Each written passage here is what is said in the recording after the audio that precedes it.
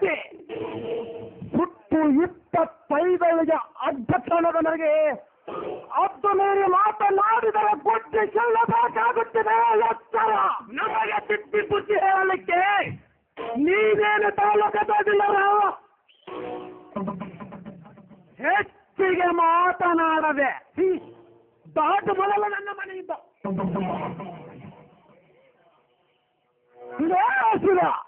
ನಿನ್ನ ತಮ್ಮನಿಂದ ನಿನ್ನೆದುರಿಗೆ ಅವಾಚ್ಯ ಶಬ್ದವನ್ನು ಆಡಿಸಿದೆಯಾ ಮಗನೇ?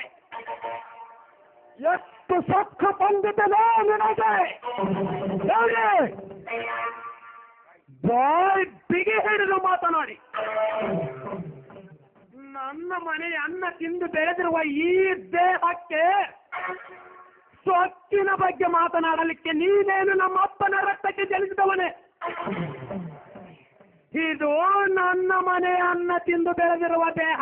ನಿನ್ನ ಮನೆ ಅನ್ನ ತಿಂದು ಬೆಳೆದಿರುವ ದೇಹ. ಕಳ ಆಯ್ತು ಜನಿ. ಮೊದಲ ಮಂದಿ ಆಸೆದಲ್ಲಿರುವ ಇವರೆಲ್ಲರೂ ತುಂಡಕ್ಕಿ ಈ ಮನೆಗೆ ಬೆಂಕಿ ಎತ್ತ ಬಿಡುತ್ತೇನೆ. ಹಾಗೆ ಮಾಡಬೇಡ್ತೀನಿ. ಹಾಗಾದರೆ ಮೊದಲ ಗುರಿ ಇದೆ ಇಡೋ ಶಕ್ತಿ ಎದೆಗೆ. ಹಾಗೆ ಮಾಡಬೇಡ್ತೀನಿ. ನಿಮ್ಮ ಕಾಲಿಗೆ ಬೀಳುತ್ತೇನೆ. ಅಣ್ಣ, ನಾವು ಕಟ್ಟಬೇಕಾದ ಹಣವನ್ನು ಈಗಲೇ ಕಟ್ಟುತ್ತೇವೆ. ಎಂತ ಹೇಳಿ ಜನರ ಮಾತು ಮಾತಾಡಿ ಅಣ್ಣ. ಇವರಿಗೆ ಇವರು ನನ್ನೆಡೆಗೆ ಗುರಿ ಇರುವ ಮೊದಲೇ ನಿನ್ನ ಆದ್ರೆ ಈ ಮೂವರ ರುಂಡವನ್ನು ಕತ್ತರಿಸಿ ಹಾಕುತ್ತೇನೆ. ಹಿರಿಯರಿಗೆ ಗ್ರಾಮವಾಗಿ ಮಾಡಿಕೊಳ್ಳಬಹುದು. ಕೊಡಬೇಕಾದ ಹಣ ಕೊಡುವುದು ನಮ್ಮ ಕರ್ತವ್ಯ. ಕೊಡಣ್ಣ ಕೊಡು. ನಿನ್ನ ತಮ್ಮನನ್ನು ಇದೇ ರೀತಿ ಹೆದರಿಸಿ ಬೆದರಿಸಿ ಈ ಚಾಂಡಾಲರಿಗೆ ಎಲ್ಲ ಆಸ್ತಿಯನ್ನ ಕೊಟ್ಟು ಬಿಡು. ಈ ಎಲ್ಲ ಹೋದ ಮೇಲೆ ನಿಶ್ಚಿಂತೆಯಿಂದಿರುವಂತೆ ಅಣ್ಣ.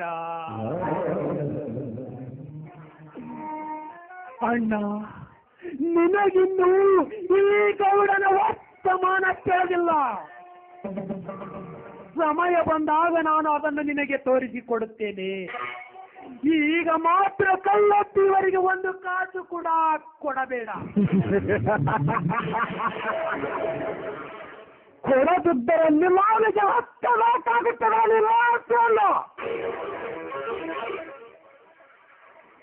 ಸ್ವಲ್ಪ ಹಣದ ಸಲುವಾಗಿ ದೊಡ್ಡರಾದಂತ ಮಾಡ್ಕೋಬೇಡಿಸಿಲ್ಲ.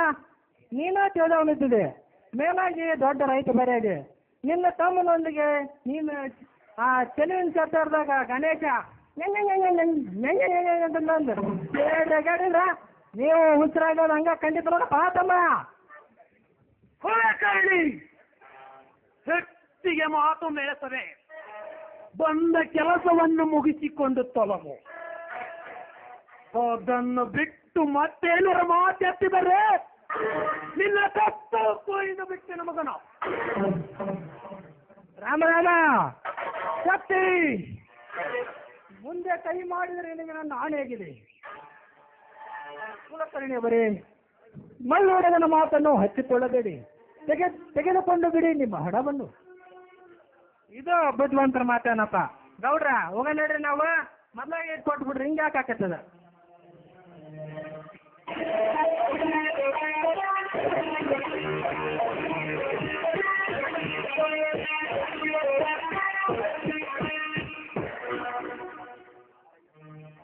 ಅಣ್ಣ, ಇದೇನಣ್ಣ ನೀನು ಮಾಡುತ್ತಿರುವುದು ಅಂಜುಬುರುಕ ಕೆಲಸ.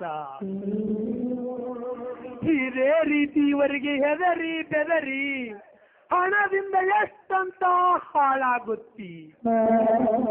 ಎಲ್ಲಿದೆ ನಿನ್ನ ಸತ್ಯದ ಮಾತು?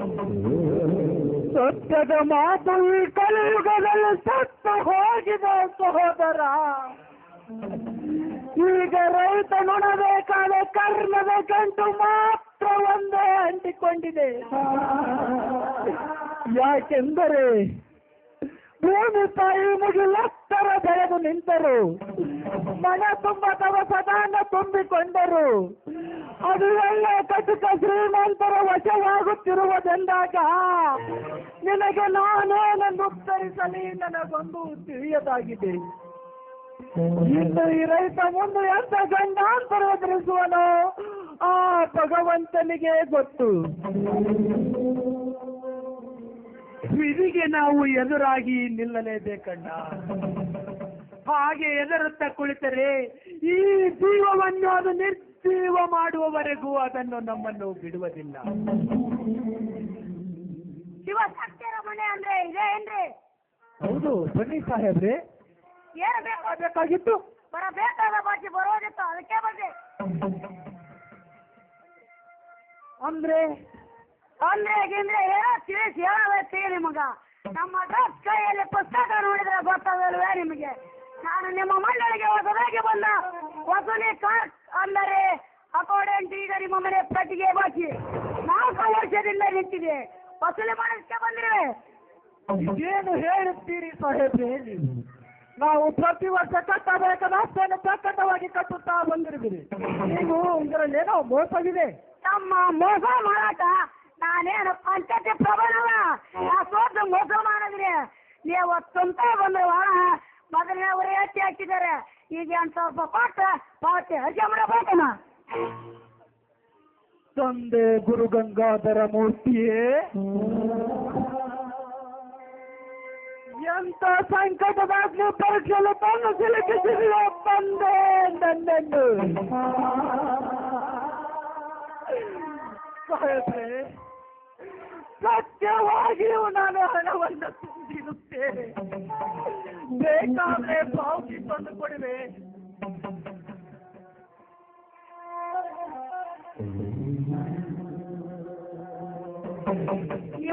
ಇವುಗಳನ್ನು ಇವು ನಮ್ಮ ಗ್ರಾಮ ಪಂಚಾಯತಿ ಪಾವತಿ ಅಲ್ಲಪ್ಪಾಕಮ್ಮ.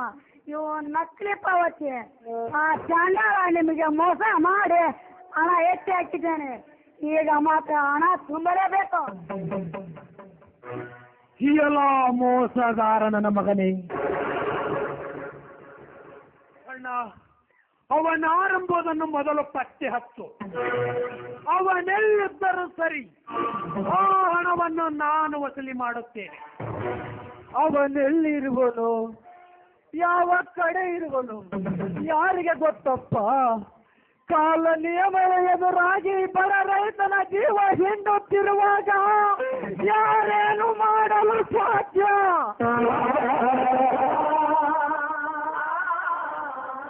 ಹೀಗೆ ನಾವು ಎದುರಾಗಿ ನಿಲ್ಲಲೇಬೇಕಣ್ಣ.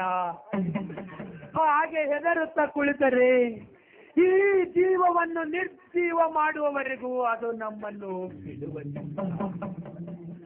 ಬಂದದ್ದು ಬರಲಿ, ಈಗ ನೀನು ಹಣವನ್ನು ತುಂಬಿಬಿಡು. ಪ್ರಸಂಗಕ್ಕನುಸಾರವಾಗಿ ಇದರ ಹಿನ್ನೆಲೆ ತಿಳಿದರೆ ಹೋಗುವ ಆಸ್ತಿ ಸಂಪತ್ತಿಯೆಲ್ಲ ಹೀಗೆ ಹೋಗಲಿ. ನಂತರ ಈ ಕೊಟ್ಲಿಯ ಶಕ್ತಿ ಏನೆಂಬುದನ್ನು ತೋರಿಸಿಯೇ ಬಿಡ. ಸಾಹೇಬ್ರೆ, ತೆಗೆದುಕೊಂಡು ಬಿಡಿ. 800 ರೂಪಾಯಿ. ಆಯ್ತು, ಈ ಪಾವತಿಯನ್ನು ಸರಿಯಾಗಿ ಕಾಯಿಸಿರಿ, ನಾನನ್ನು ಬರುತ್ತೇನೆ.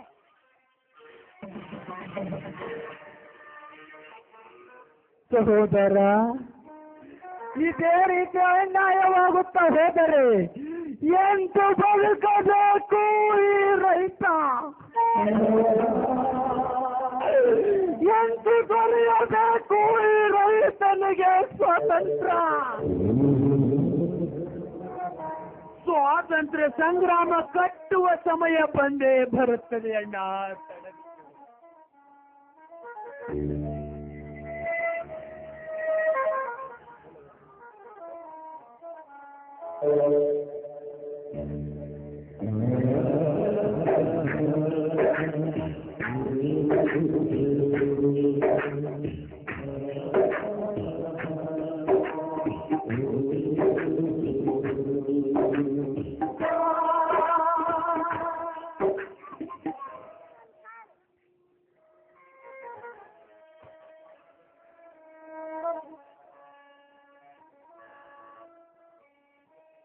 ಶಕ್ತಿ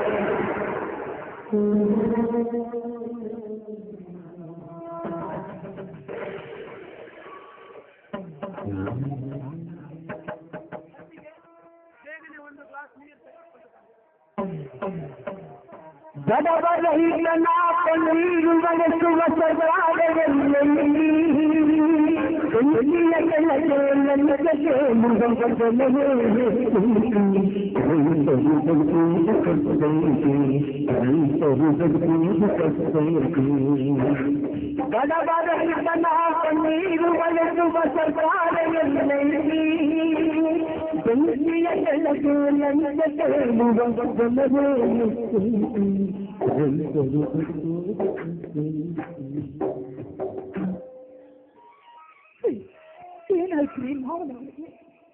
ಏನೂ ಇಲ್ಲ, ಸ್ವಲ್ಪ ಮೂರ್ಛೆ ಬಂದಂತಾಗಿದೆ ಅಷ್ಟೇ. ಸಹೋದರ, ಎಂತ ಸಹಿಸಪ್ಪ ಈ ಸಂಸಾರ.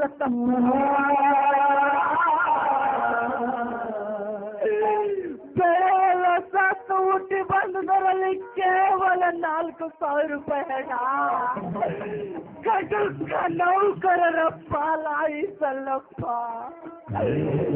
ಎಂತ ಬದುಕಬೇಕು ಈ ರೈತ ಕೆಟ್ಟ ಸಮಾಜದಲ್ಲಿ. ಸ್ವಾಮಿ, ವಾರದ ಹಿಂದೆ ತುಂಬಿದ ಹಣ ಮತ್ತೆ ಬಂದಿದೆಯೋ ಏನೋ, ಮುಂದೇನು ಮಾಡುವುದು ಸ್ವಾಮಿ?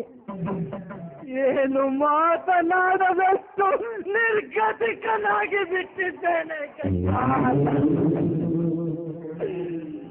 ಒಮ್ಮೆ ನೋಡಿದರೆ ಪ್ರಾಣ ತ್ಯಾಗ ಮಾಡಿ ಹಾಳು ಸರ್ಕಾರವನ್ನೇ ಸುಟ್ಟು ಹಾಕದೆ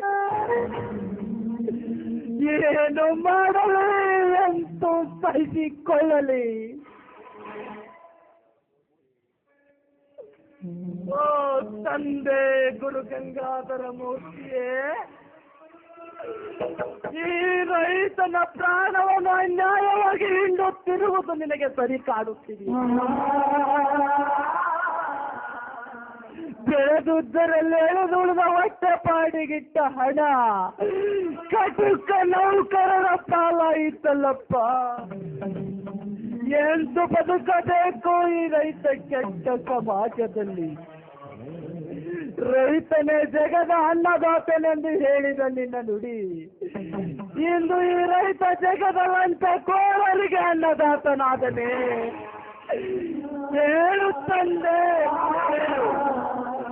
ನೀನಿದೇ ರೀತಿ ಕಣ್ಮುಚ್ಚಿಕೊಂಡು ಕಟುಕರಿಗೆ ಹಣ ಕೊಟ್ಟು ರೈತನಿಗೆ ಕಣ್ಣೀರು ಕೊಟ್ಟರೆ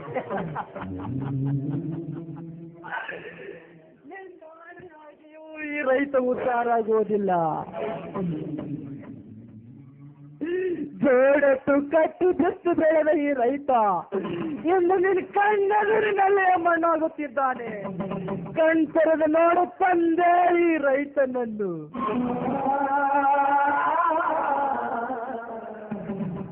ಅಳಬೇಡಣ್ಣ, ಅಳಬೇಡ, ಸಮಾಧಾನ ತಂದುಕೋ.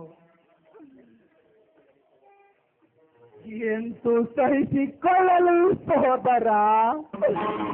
ಬ್ರಹ್ಮ ಸೃಷ್ಟಿಸಿದ ಬ್ರಹ್ಮಾಂಡವನ್ನು ಬ್ರಹ್ಮ 4 ವೇದಗಳಿಂದ ನಡೆಸುತ್ತಿರುವಾಗ ಆ ಸೋಮರಕ್ಕಸನೆಂಬ ರಾಕ್ಷಸನ ಊರನ್ನು ಕಿತ್ತುಕೊಂಡು ಇಡೀ ಜಗತ್ತನ್ನೇ ಕತ್ತಲು ಮಾಡಿದಂತೆ ಇಂದು ಈ ರೈತನ ಕೈಕಾಲುಗಳನ್ನ ಚಾಂಡಾಲರು ಕತ್ತರಿಸಿ ಇಡೀ ಜಗತ್ತನ್ನೇ ಕತ್ತಲಾಗಿಸುತ್ತಿದ್ದಾರೆ.